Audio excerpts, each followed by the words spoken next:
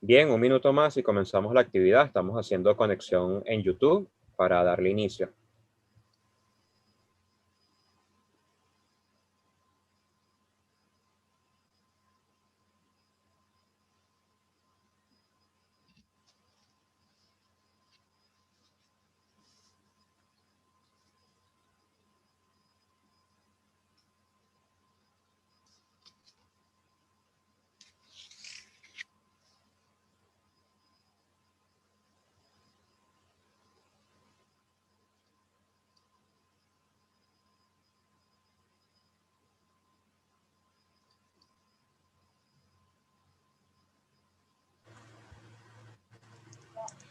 Bien, muy buenas tardes. Le damos la bienvenida a todos a esta actividad académica que vamos a realizar el día de hoy en nombre de la Junta Directiva del Ilustre Colegio de Abogados de Caracas, su presidenta, la doctora Ivette Lugo, y quien les habla, Luis Mejías.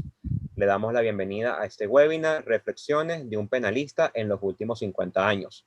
Realmente es un honor para el Ilustre Colegio de Abogados de Caracas recibir al doctor Alberto Arteaga Sánchez, un destacado académico, un destacado jurista, conocido por todo en el mundo del derecho en Venezuela, por su obra académica y por lo que ha sido esta carrera de más de 50 años ejerciendo el derecho. Entonces, esta tarde realmente es un honor para nosotros recibirlo. Las normas para esta actividad, muy importante que mantengan sus cámaras y micrófonos apagados para no interrumpir la ponencia del doctor Alberto Ortega Sánchez. Vamos a realizar una breve ronda de preguntas. Las mismas las podrán realizar a través del chat. Escriben por ahí, yo estaré dándoles lectura. Queremos también aprovechar la oportunidad para invitarlos a seguir nuestras redes sociales del Ilustre Colegio de Abogados de Caracas. Estamos en Instagram, en Twitter y en YouTube, donde estamos transmitiendo en vivo esta actividad. Ahí pueden ver todas las redes sociales. También nos encontramos en Facebook. Nuestra próxima actividad para el martes que viene, están cordialmente invitados, la misma metodología para inscribirse. Tenemos un invitado especial desde España, el abogado Pablo Massa. Nos estará hablando sobre el emprendimiento para abogados a través del marketing. Hoy en día muy importante el uso de las redes sociales para vender nuestros servicios. Entonces el abogado Pablo Massa desde España, el 17 de noviembre, nos estará compartiendo sus conocimientos.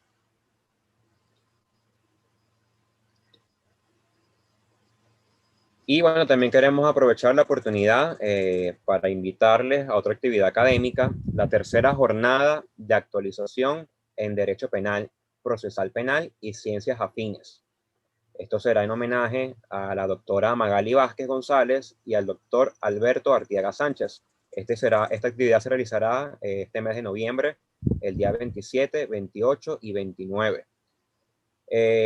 Me acaban de informar que los abogados del Ilustre Colegio Abogados de Caracas que estén solventes tendrán un descuento del 20%. Así que si desean reservar su cupo, ahí tienen la información. Pueden seguirlos a ellos a través de sus redes sociales, @multijurídica, para que puedan reservar su cupo. Y bueno, ahí van a hacer una ponencia destacados abogados nacionales e internacionales. Entonces, sin más preámbulos, doctor Alberto Ortega Sánchez puede empezar su ponencia.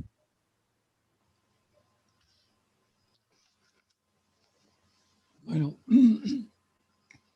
Luis, no sé si me están oyendo, ¿me oyen bien? Perfecto, doctor, se le escucha.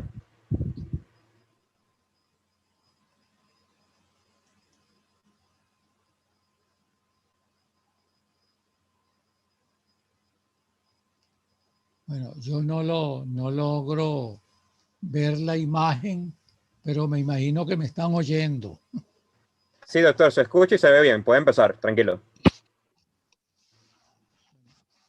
En primer lugar, yo quisiera darle las gracias al Colegio de Abogados del Distrito Federal, a su presidenta Ivette Lugo, presidenta a quien le ha correspondido sortear uno de los periodos más difíciles, más conflictivos, más complicados, yo diría, de la vida social y de la vida jurídica del país. Quiero agradecer igualmente a los coordinadores, en particular a Luis Mejía, quien se ha encargado de la coordinación de esta reunión. Y en segundo lugar, creo que debo una explicación del por qué escogí este tema. Ahorita acabo de oír hablar al anuncio de un tema, las redes sociales en la Administración de Justicia Penal. Yo no sé, Mejía, si soñar, yo no sé si llorar, yo no sé si clamar por la realidad que estamos viviendo nosotros en Venezuela. Yo tengo, y un poco mi exposición cuando me dijo Ibel Lugo que quería que yo escogiera un tema, ella me sugirió para aquel momento la ley antibloqueo que estaba sobre el tapete. Yo le dije, bueno, perfectamente, podríamos conversar, podríamos intercambiar opiniones sobre la ley antibloqueo, pero yo creo, entre otras cosas, que esta ley antibloqueo le puso fin al Estado de Derecho. Tan sencillo como esto. Es decir, nosotros pensamos que la constituyente elegida ilegítimamente, porque no fue convocada de conformidad con lo que establece la Constitución de 1999, correspondiendo un referéndum, esa Constitución preveía el que esa constituyente legítima, que se hubiese elegido legítimamente, tuviese como cometido redactar una constitución. Yo diría que sí, que esa constituyente ilegítima elaboró una constitución, esa la ley antibloqueo. Con la ley antibloqueo terminó la Constitución de 1999. Con la ley antibloqueo se extinguió el Estado de Derecho. Con la ley antibloqueo, la anomia significa carencia de ley, carencia de normas, no porque necesariamente no existan, sino porque las que existen no se aplican, sencillamente puso fin al Estado de Derecho. Entonces, pensando en esta realidad, le dije a Ivette, yo quisiera hablar un poco de la experiencia mía como abogado. No son 50, Mejía, son 60 años de ejercicio profesional. Yo me gradué en el año 1965 en la Universidad Central de Venezuela. Tampoco quiero hacer de esto una biografía, no quiero tampoco exaltar el pasado, exaltar lo que se hizo, exaltar lo que dejó de hacerse, pero sí quisiera poner de relieve una vivencia, unas experiencias sobre lo que hemos vivido en estos 50 años. Yo conservo todavía, y esta mañana, cuando estaba preparando de alguna manera estas palabras que son improvisadas sobre mi experiencia como abogado, me encontré una libreta, una vieja libreta, muy vieja libreta, que dice en latín Juris Precepta Summa et. Los sumos preceptos del derecho son los siguientes. Honeste vivere, alterum non ledere, sum cuique tribuere. Esos son los tres principios fundamentales de Ulpiano que rigen la materia jurídica, que rigen el ejercicio del derecho, que rigen una sociedad donde en definitiva se impongan las normas. No hay sociedad sin derecho. Esto lo aprendimos el primer día que llegamos a nuestras aulas en la Universidad Central, en la Santa María, en la Católica, en cualquier universidad venezolana, en las primeras lecciones de introducción al derecho, estudiamos unos términos. También en latín, ubi societas, ibi jus, ubi jus, ibi societas. Donde hay sociedad, hay derecho. Donde hay derecho, hay sociedad. Sociedad y derecho son términos que se corresponden. Solo hay sociedad en la medida en que existan normas, en que se apliquen las normas. Ese es el sentido. Y solo, digamos, hay derecho cuando existe una sociedad que precisamente las normas contribuyen a su organización, a su sistematización, a su vida en conjunto. Pues bien, estos son los tres principios del derecho. Yo recuerdo este primer cuaderno. Yo tenía mi oficina allí en un edificio, no sé en qué condiciones está. Es el edificio Miranda, que se encuentra a una cuadra del edificio Universidad, donde ahora está el metro. Allí funcionaban los tribunales penales. Allí había una pequeña placa que recordaba el nacimiento de mi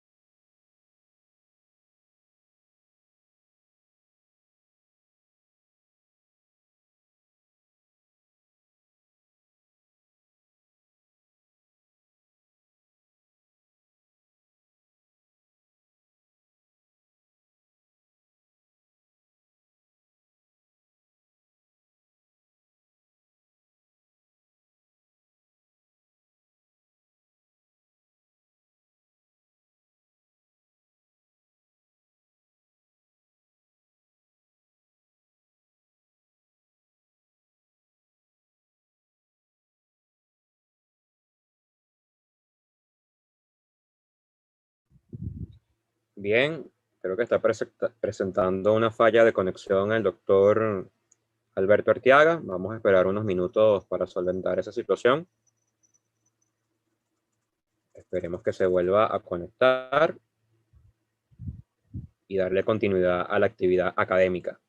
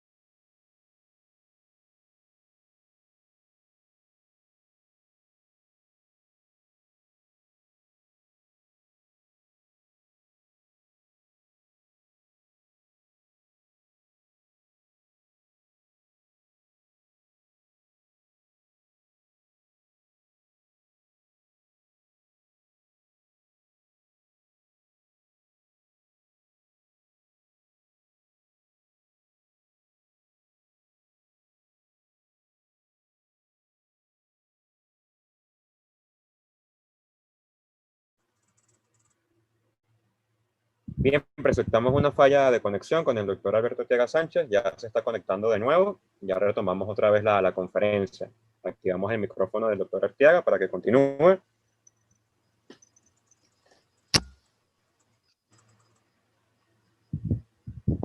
Listo, doctor, continúe hablando. Bueno, creo, según dice Mejía, que quedamos en el librito amarillento que tengo yo todavía en mi oficina, donde habla de los sumos preceptos del derecho: vivir honestamente, no dañar a nadie, darle a cada quien lo suyo. Son expresiones de Ulpiano recogidas en el Digesto y que en definitiva sintetizan el quehacer, el hacer del abogado. Pues bien, esta es la norma de vida del abogado y esta es la importancia de la función del abogado. Triste y lamentablemente, lo que vivimos nosotros hoy en día es una realidad completamente diferente. Vivimos una realidad en la cual tenemos, si es verdad, una constitución escrita. Tenemos una constitución escrita, una constitución donde se consagran los derechos ciudadanos y se consagran igualmente la separación de los poderes, pero como dice la Declaración Universal de los Derechos del Hombre y del Ciudadano, si no hay verdadera separación de poderes y si no hay garantía de los derechos ciudadanos, no hay constitución. Y si es así, si no hay constitución, ley de leyes, no tenemos tampoco ni se cumplen las restantes leyes. Y esto es lo que está ocurriendo en el mundo que nos corresponde.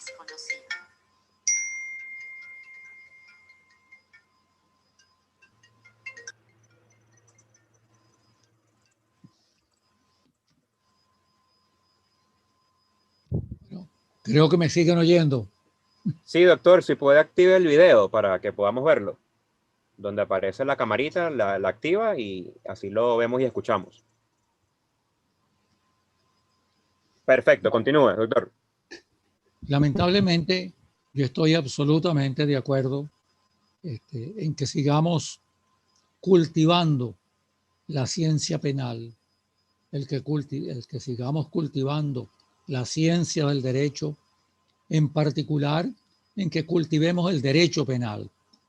Y aquí quiero decir lo siguiente: yo creo que el 90% de quienes escogen la carrera de derecho lo hacen por el derecho penal, lo hacen vocacionalmente inclinados al derecho penal. Nadie está pensando, cuando escoge la carrera de derecho, en la redacción de un contrato, en la redacción de un título supletorio, en la redacción de cualquier otro documento. El que escoge el derecho lo está escogiendo fundamentalmente porque piensa que se va a formar para defender el bien supremo después de la vida, como es el bien de la libertad. Y esto es lo que nosotros tenemos una y otra vez que fomentar y tenemos una y otra vez que hacer que sea bueno para nosotros. Es decir, los esfuerzos que se están haciendo últimamente los veo francamente encomiables.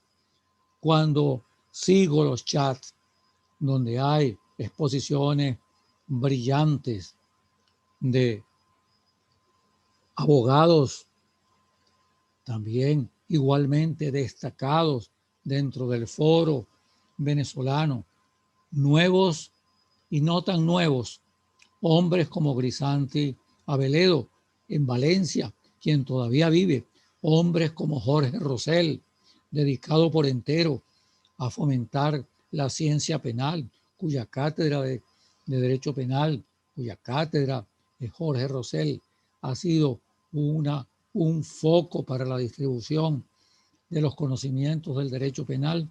Creo que es una actividad que debemos francamente desarrollar.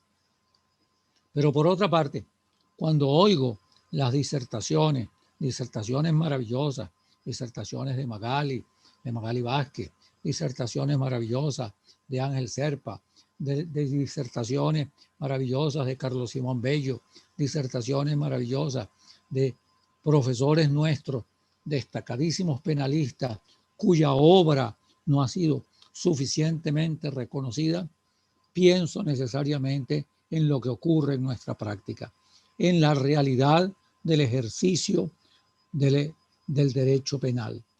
El ejercicio del derecho penal, apreciado Luis, se ha convertido en un ejercicio, en una profesión de gestores penales. Debo decirlo con vergüenza, debo decirlo con tristeza, debo decirlo con todo el dolor que suscita tener 50 años de ejercicio profesional. Cuando llegué yo a la Universidad Central de Venezuela en el año 1960, no hacía falta prueba de ingreso, bastaban con pagar 120 bolívares de OVE, no se pagaba absolutamente más nada. Tuvimos y teníamos los más ilustres profesores que han podido darse en Venezuela para aquel momento, tanto desde el punto de vista científico, desde el punto de vista de la docencia, desde el punto de vista de la honestidad, desde el punto de vista de la probidad y desde el punto de vista de los conocimientos. Lamentablemente, el derecho hoy en día vive en una profunda crisis.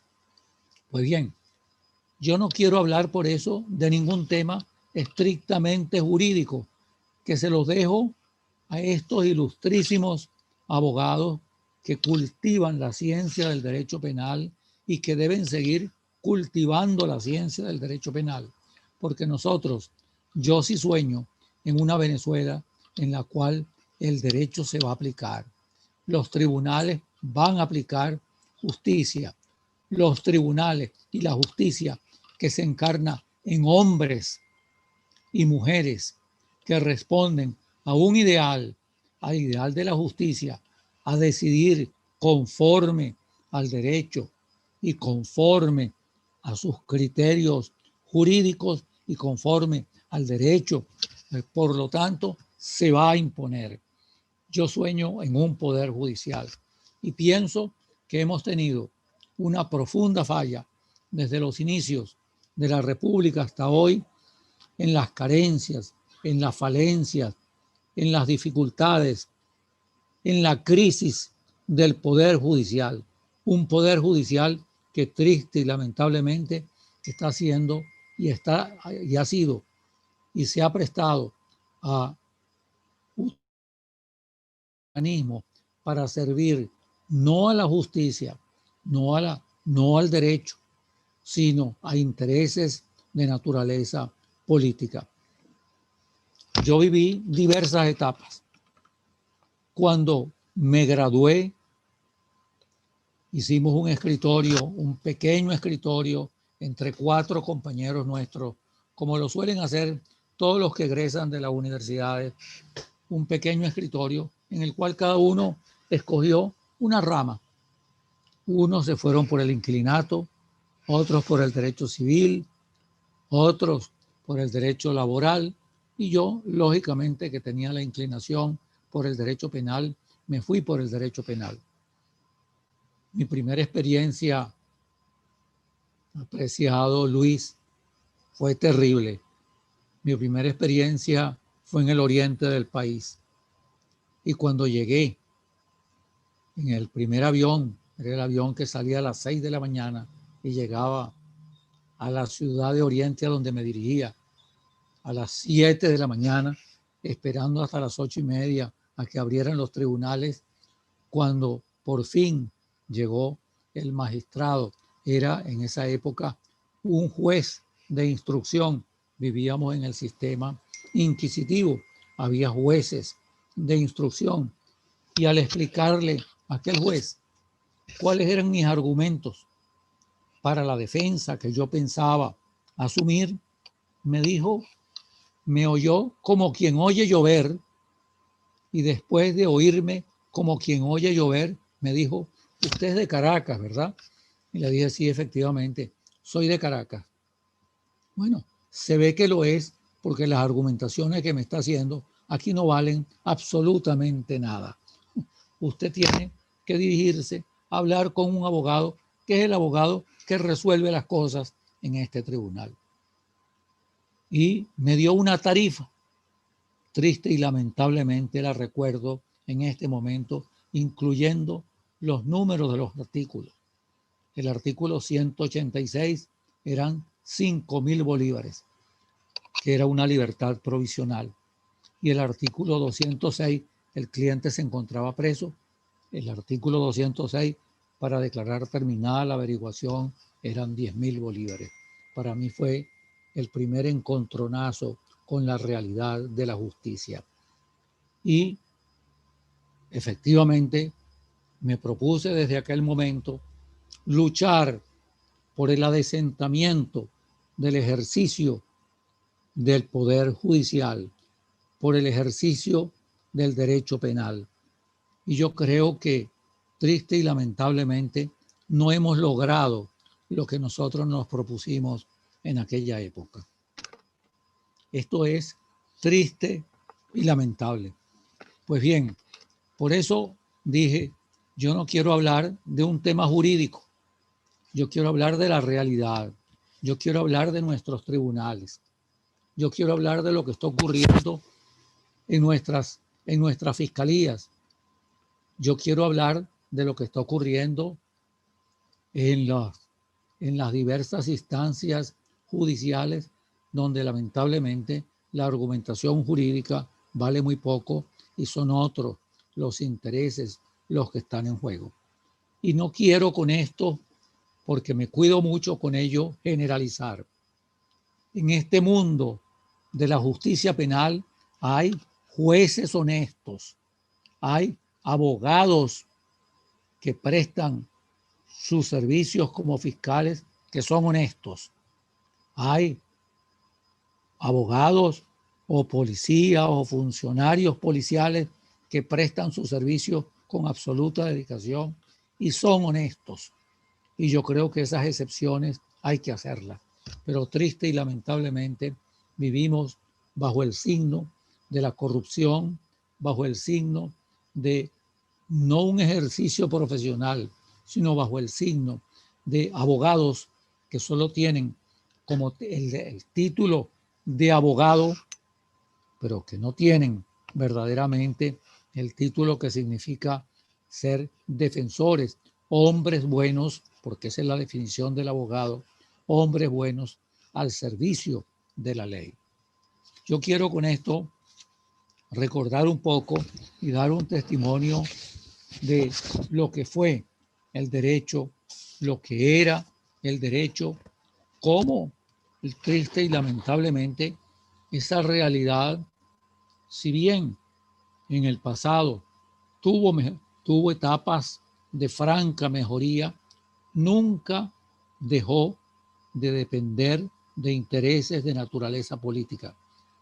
Dentro de la etapa democrática, y me estoy refiriendo a la etapa democrática, en un primer comienzo, el Poder Judicial dependió del partido de gobierno. Era un solo, por supuesto, el partido de gobierno.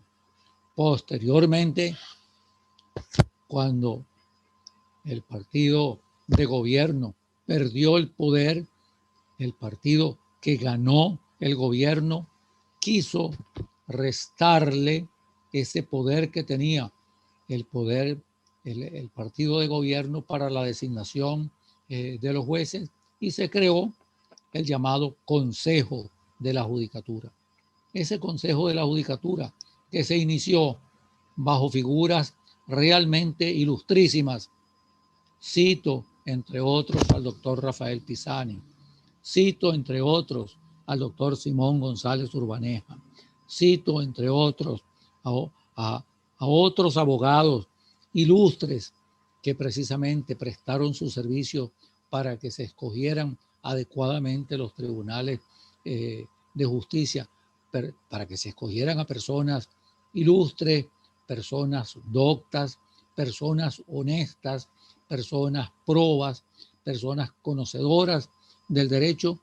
Lamentablemente, en definitiva, terminó haciéndose un reparto burocrático en el cual a unos partidos políticos correspondía una cuota, a otros partidos políticos correspondía otra cuota y a otro partido político correspondía a otra cuota. Esto no significa que esos partidos políticos a quienes se les correspondía esa cuota no se esforzaran en muchos de sus casos en designar personas ilustres, personas conocedoras del derecho para que representaran dignamente al Poder Judicial. Pero lamentablemente esa no fue la realidad ni eso fue lo que ocurrió.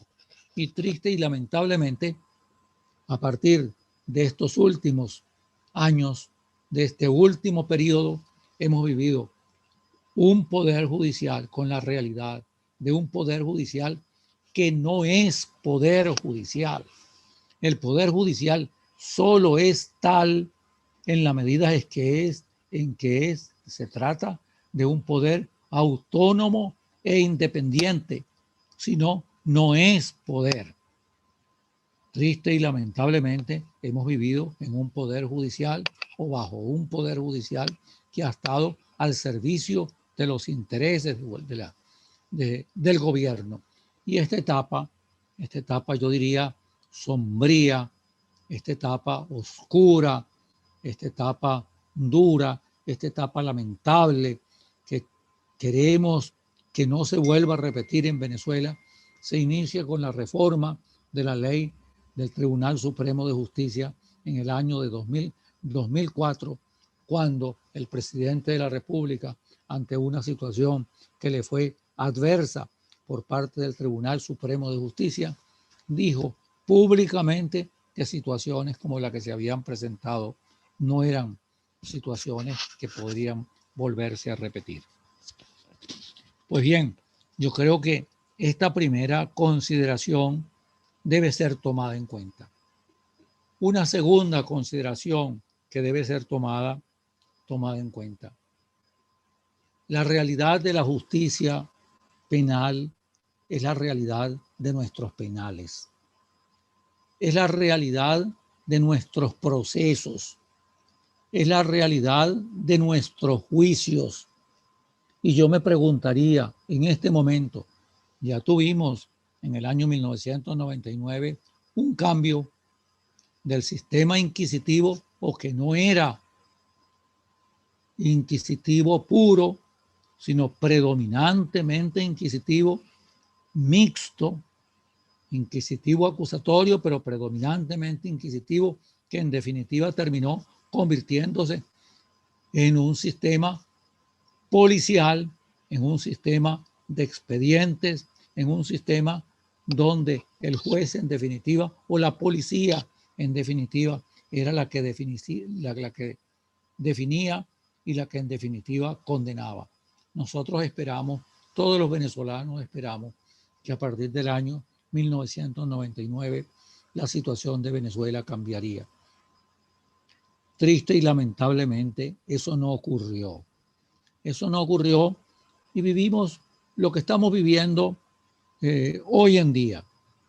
Lo que estamos viviendo hoy en día en nuestros procesos que no son procesos, en nuestros juicios que no son juicios.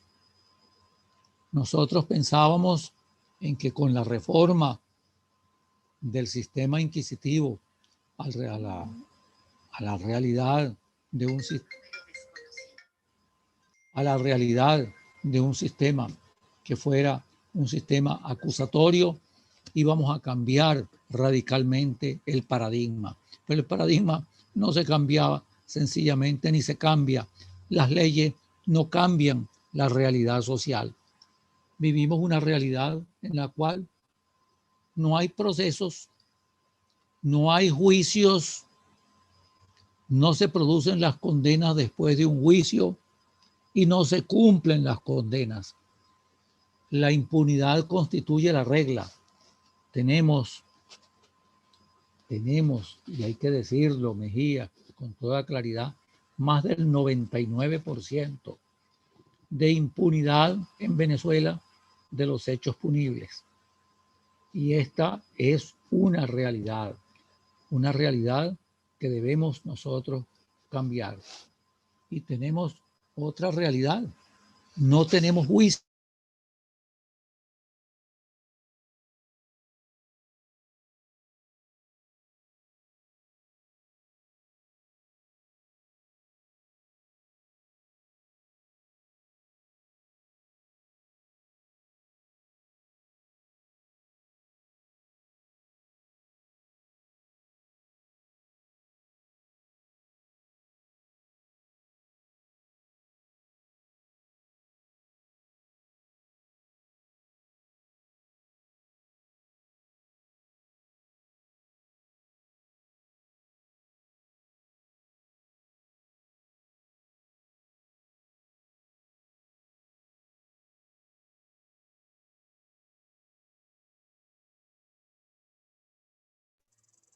Bien, acaba de presentar otra vez problemas de conexión el doctor Arteaga Sánchez.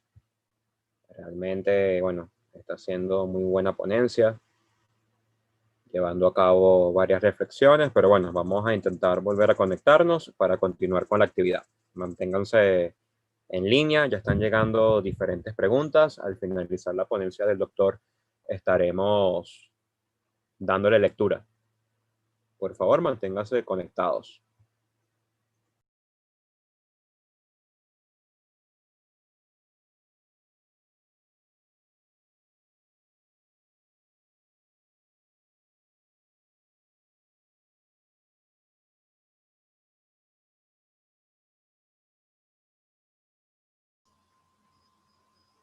Se oye, Luis.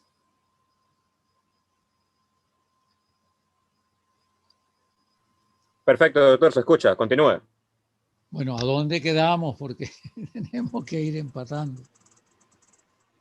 No, venía hablando de los jueces, de los funcionarios públicos, estaba hablando de ello, ¿no? Desde la situación de los Bueno, es que administradores de tenemos, justicia. es decir, lamentablemente tenemos un cambio de paradigma procesal penal de un sistema predominantemente inquisitivo bajo el Código de Enjuiciamiento Criminal, que no era esencialmente o no era exclusivamente inquisitivo, aunque se fue convirtiendo poco a poco en un proceso absolutamente inquisitivo, absolutamente policial, en manos no solo de los jueces, sino en manos de la policía, que era en la que en definitiva investigaba y la que en definitiva servían todo aquello que había investigado para sentenciar.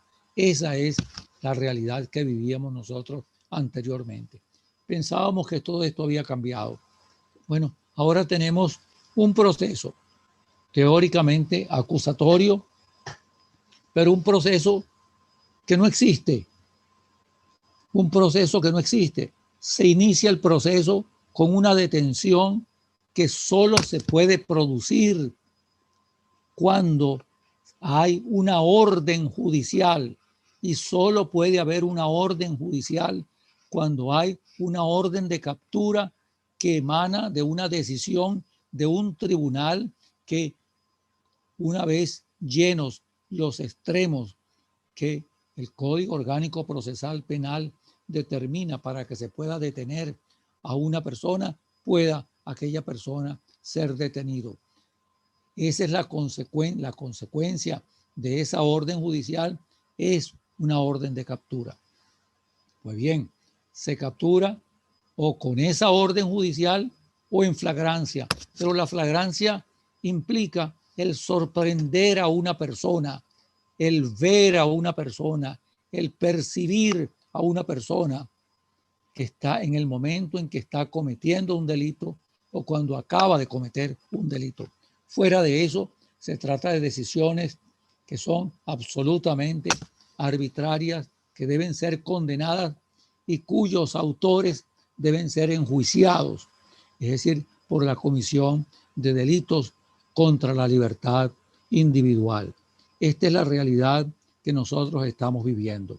Hay procesos, no hay procesos, hay unos cuantos procesos que se llevan a cabo, simulacros de procesos. Pero en definitiva, la mayoría, y ya lo decía antes, de cada 4 condenas que se llevan a cabo en Venezuela, 3 de esas condenas solo son por admisión de los hechos, sin juicio. En Venezuela hemos llegado a la conclusión, y hemos llegado, conclusión terrible, que más vale estar sometido a una condena que estar sometido a un proceso, porque la pena entre nosotros ha terminado siendo la pena de la prisión preventiva. Esta es la realidad que vivimos nosotros en Venezuela y la realidad que nosotros tenemos que cambiar. Yo quiero, entre las consideraciones, pues no quiero tampoco extenderme en este caso, en esta exposición, decir unas cuantas cosas. No podemos olvidarnos de nuestros hermanos venezolanos que se encuentran en nuestras prisiones, sufriendo condenas anticipadas, porque no hay condenas, salvo prisiones preventivas, producto de detenciones que son arbitrarias y son ilegales. Tenemos una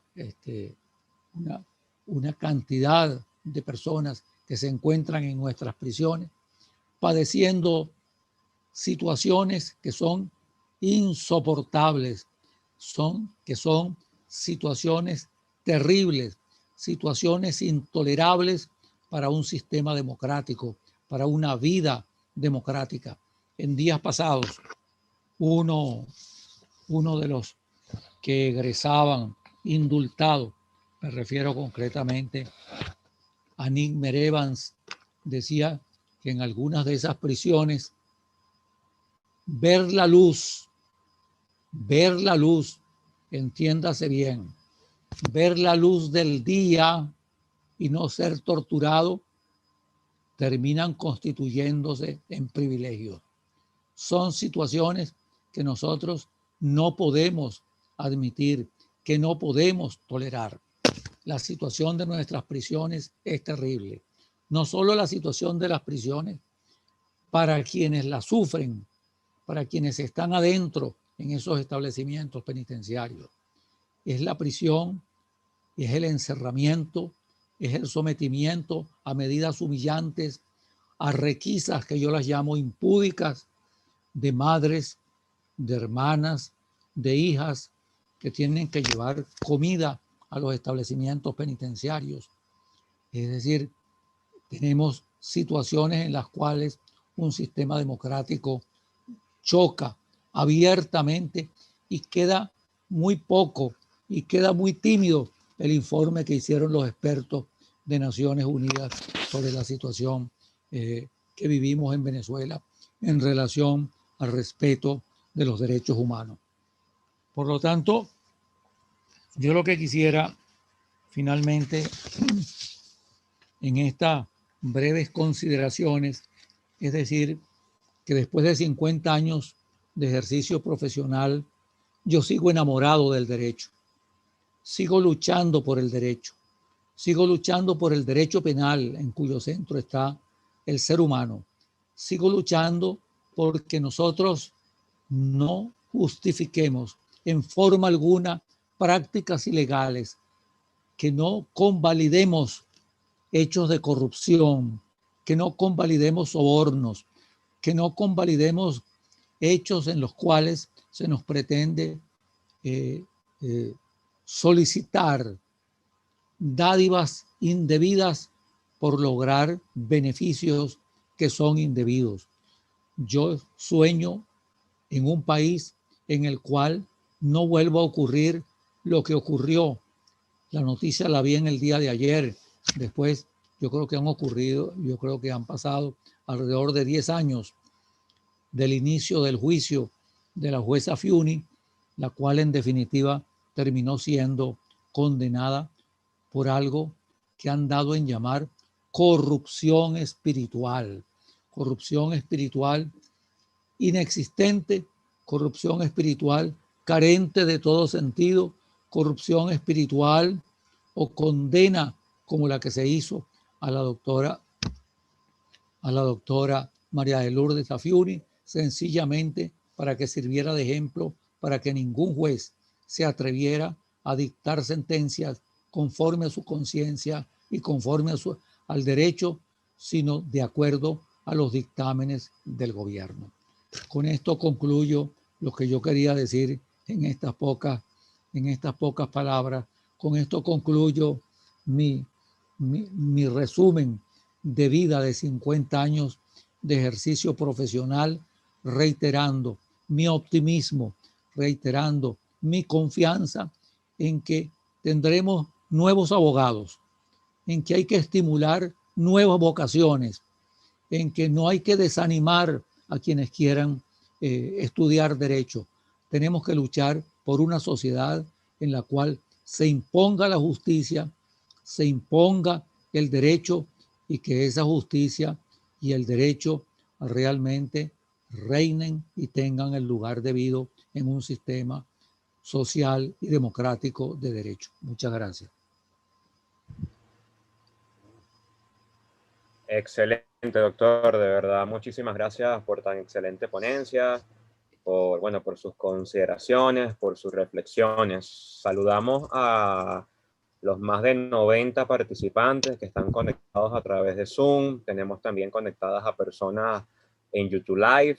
Son abogados, estudiantes en diferentes rincones de Venezuela y el mundo que se unen a esta actividad académica. Saludamos a la doctora Ivette Lugo, presidenta del Colegio de Abogados de Caracas, que está conectada a través de YouTube, a la doctora Magali Vázquez, que la veo aquí conectada en la sala del Zoom, al doctor Ángel Serpa, también está por aquí conectado. Vamos a hacer unas breves preguntas, doctor, a través del chat. Ya le doy lectura para que le dé respuesta. Por aquí tenemos una pregunta del profesor Ángel Serpa. Doctor Arteaga, en otros países no es muy común la situación de jueces y o fiscales que sean al mismo tiempo profesores universitarios. Se ubican como dos carreras distintas, casi excluyentes. Ello conduce a una especie de divorcio de lo aquello que se llama la dogmática con la práctica. ¿Ocurría eso en los años 60 del pasado siglo?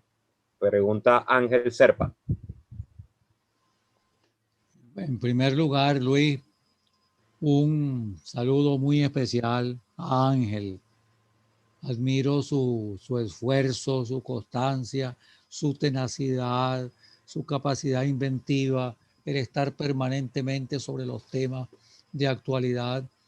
Yo no veo incompatible ser profesor universitario y ser juez.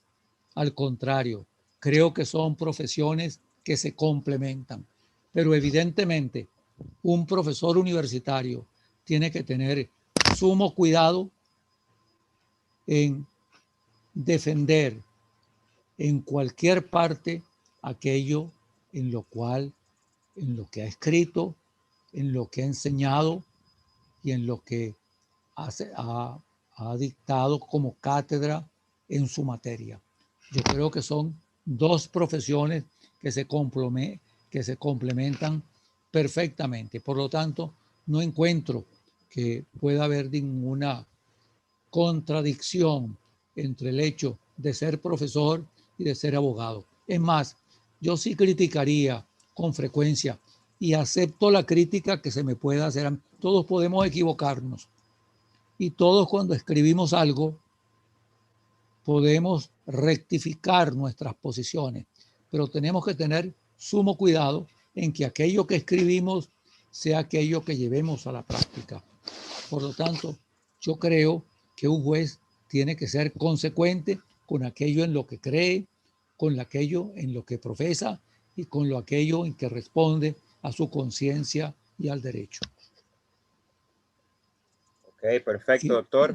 Seguimos con las preguntas. Tenemos aquí una de Jesús González. Saludos, profesor Arteaga. ¿Qué opinión merece usted que los jueces, para decidir, deben consultar con sus superiores? Jesús González pregunta. Ningún juez, Luis, puede consultar con sus superiores. La decisión de un juez es la decisión de un juez. es de él, es él quien decide. Lo más triste y lamentable es cuando en una sala de audiencia vemos cómo se retira un juez, toma un teléfono y oye una instrucción. Es más, tiene muchas veces, bueno, dice abiertamente que está esperando instrucciones de arriba. Un juez no puede esperar instrucciones ni de arriba ni de ninguna parte. Un juez tiene que decidir conforme a su conciencia y conforme al derecho. Y si el juez se equivoca, habrá los recursos que puedan rectificar la decisión tomada por ese tribunal y por ese juez.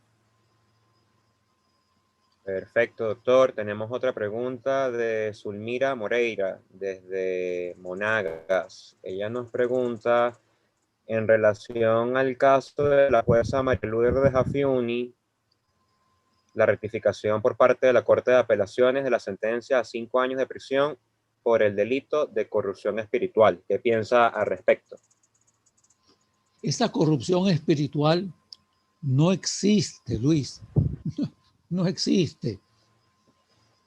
Es decir, esto es un disparate tan grande como uno que inventó un fiscal, no en esta época, sino en la época de la democracia, donde dijeron que el expresidente Carlos Andrés Pérez había incurrido en peculado espiritual. Eso lo dijo en una audiencia, que había incurrido en peculado espiritual. Y según él, ese peculado espiritual consistía en que si bien no había derivado ningún provecho económico para él, sin embargo, era la satisfacción de haber contribuido a la democracia en Nicaragua.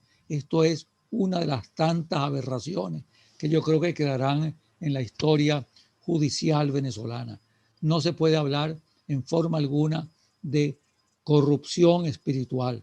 La corrupción es un hecho que no es de naturaleza espiritual, es de naturaleza material, a tal punto inclusive, entre otras cosas, que entre las penas accesorias a la pena de la corrupción se encuentra un porcentaje del beneficio obtenido.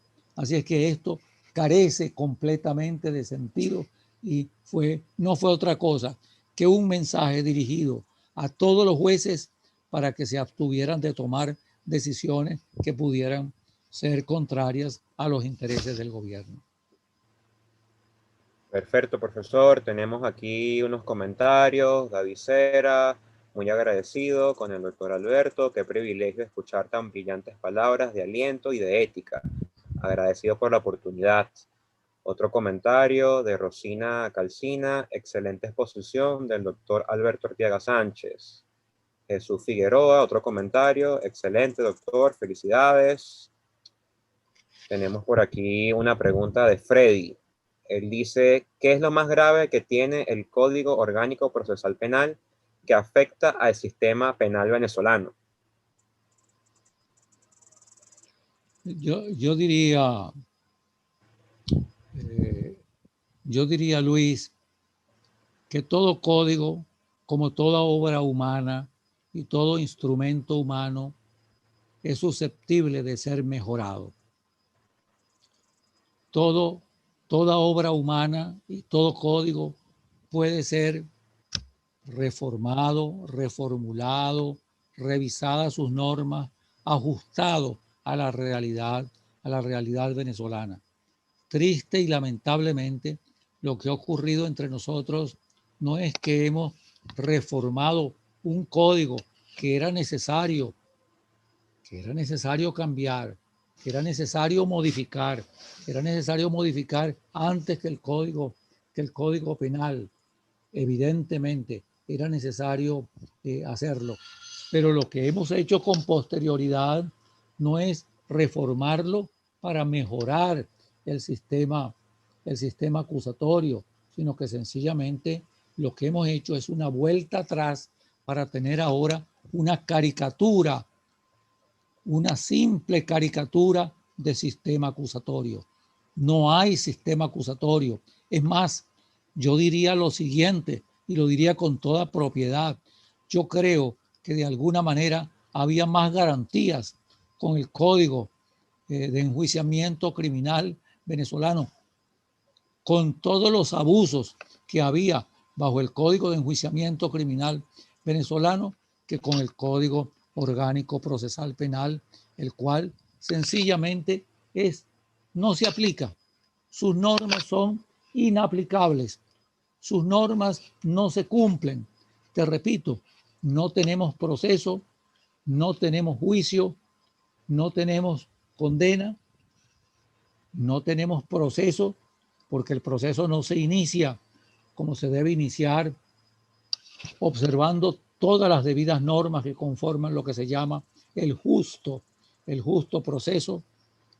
No tenemos juicios, porque los juicios en definitiva no se llevan a cabo porque hemos utilizado inadecuadamente lo que se llama la admisión de los hechos para en una especie de, ahora lo llaman combo de libertad, donde se reúnen 3 funcionarios para decidir en un caso, se deja a un lado la defensa privada y en definitiva se le dice a la persona, bueno, mira, a ti lo que más te conviene es admitir los hechos, ser condenado y ya verás que en 1 o 2 años estás en libertad.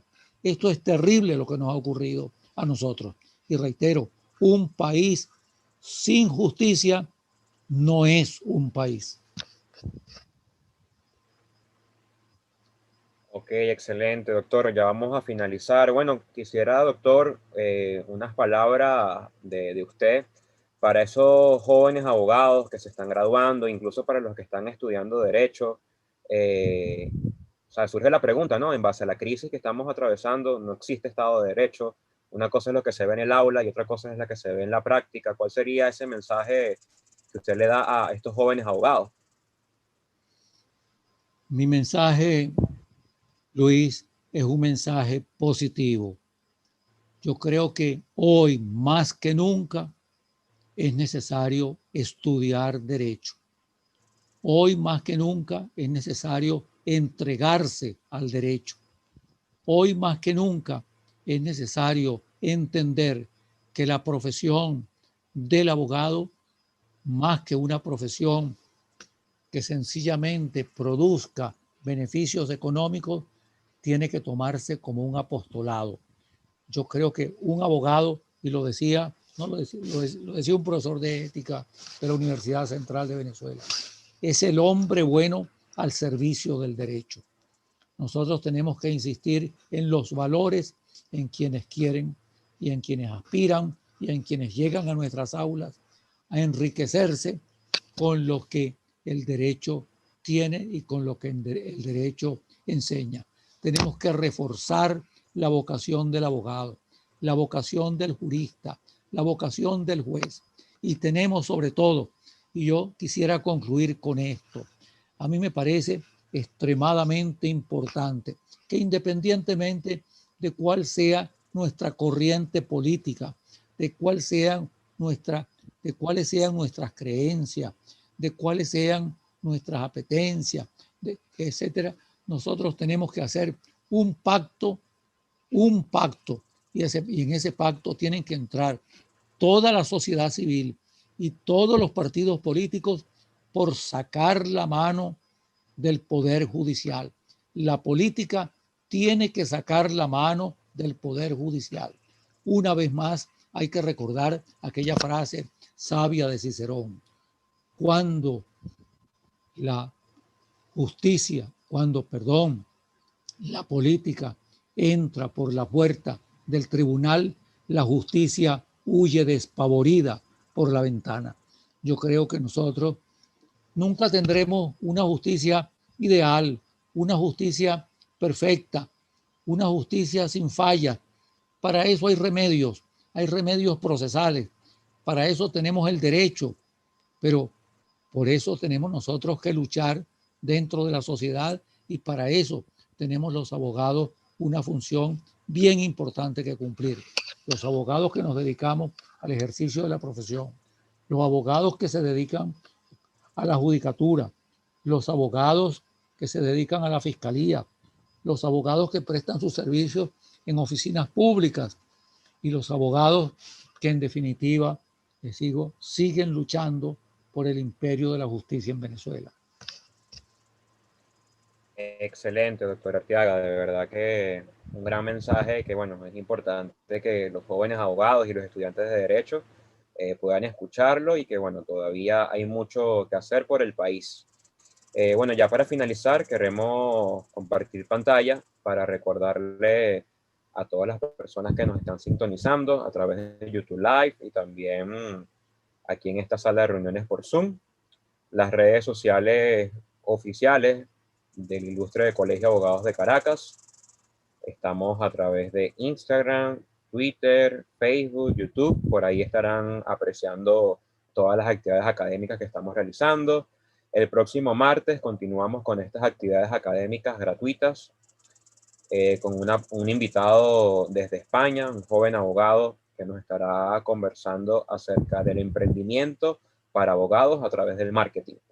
Él es Pablo Maza, estará desde España con nosotros compartiendo sus conocimientos de marketing para abogados. También aprovechamos esta oportunidad para hacer invitarlos a lo que será un homenaje que se le estará haciendo al doctor Alberto Ortega Sánchez y a la doctora Magali Vázquez en la tercera jornada de actualización del Derecho Penal, Procesal Penal y Ciencias Afines. Esto lo ¿Puedo hablar un organiza los momento? amigos de... Claro, doctor, adelante.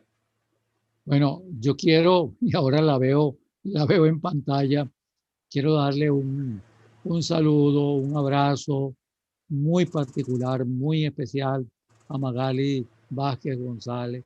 Magali es la persona que precisamente ha sabido compartir el ejercicio de la profesión, que por supuesto no la puede ejercer en razón de todas las actividades que tienen universitarias, pero que la ha ejercido y con gran éxito. Su desempeño en la Universidad Central, y también en la Universidad Católica, fundamentalmente como secretaria de esa casa maravillosa de estudios.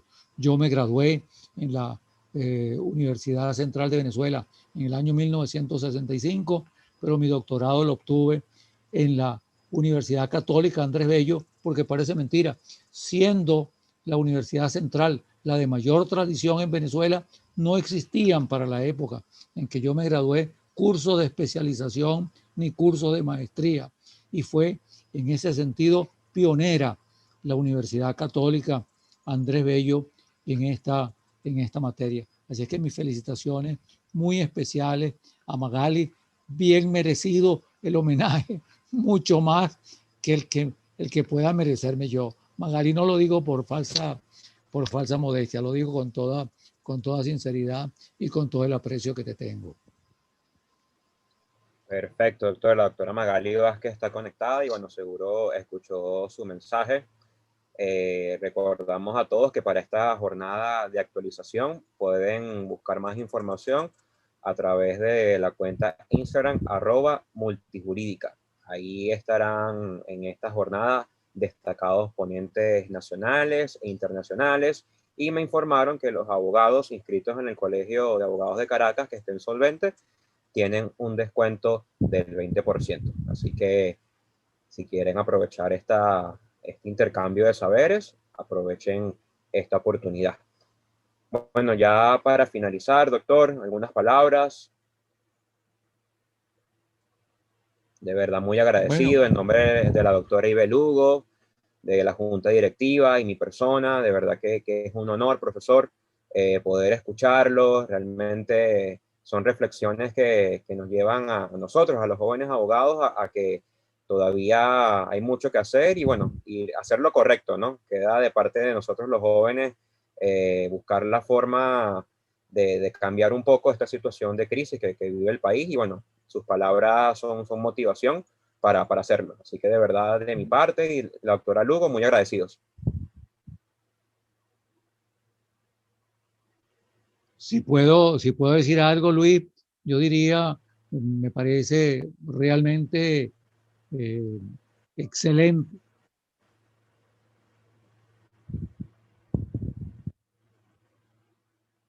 Bueno, listo, perfecto. El doctor creo que se desconectó. Ya vamos a dar por finalizada la actividad. Agradecemos a todos los participantes que están conectados a través del Zoom y del YouTube Live. Esta actividad la estaremos colgando en nuestro canal de YouTube, Gremio de Abogados de Caracas, para que, bueno, puedan observarla detalladamente y, bueno, es una pieza que queda para la historia. Así que, sin más que agregar, nos despedimos y estamos en contacto próximamente. Viva el Gremio de Abogados. Así que fuerte abrazo y feliz noches a todos.